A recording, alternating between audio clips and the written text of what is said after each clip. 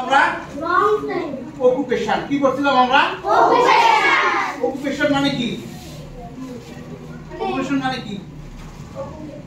Occupation মানে হচ্ছে পেশা। পেশা কেমন যেমন কামার আছে না, জেলে আছে না, তাঁতি আছে না, এগুলোর কি এক একটা নাম, একটা পেশা। এগুলোকে কি বলে? এক একটা অকুপেশন। মনে থাকবে কি হবে উচ্চারণ? অকুপেশন। কি হবে উচ্চারণ?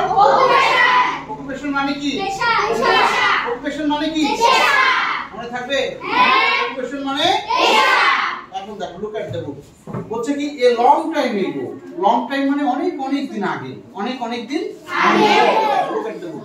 এ লং টাইম এগো, এগো মানে অনেক আগে। হয় মানে যখন Raju was in class 5। Raju পঞ্চম শ্রেণীর শিক্ষার্থী ছিল। কোন শ্রেণীর শিক্ষার্থী ছিল? আসলে যে প্রশ্ন করা যায়, which class Raju read? which class Raju read? এই যেখানে লেখা আছে রাজু was in class 5, তার মানে রাজু পঞ্চম শ্রেণীর শিক্ষার্থী ছিল। তাহলে রাজু read in class 5। এই তো হয়ে গেল। there was a fire in the school. there was a fire. there was a মানে ঘটেছিল, ফায়ার মানে আগুন, ঘটেছিল বা লেগেছিল। ফায়ার ইন হিজ স্কুল তার মানে তার বিদ্যালয়ে একটা কি লেগেছিল? আগুন লেগেছিল। ঠিক আছে, তাহলে যদি প্রশ্ন করা যায় when there was a fire in Raju's school,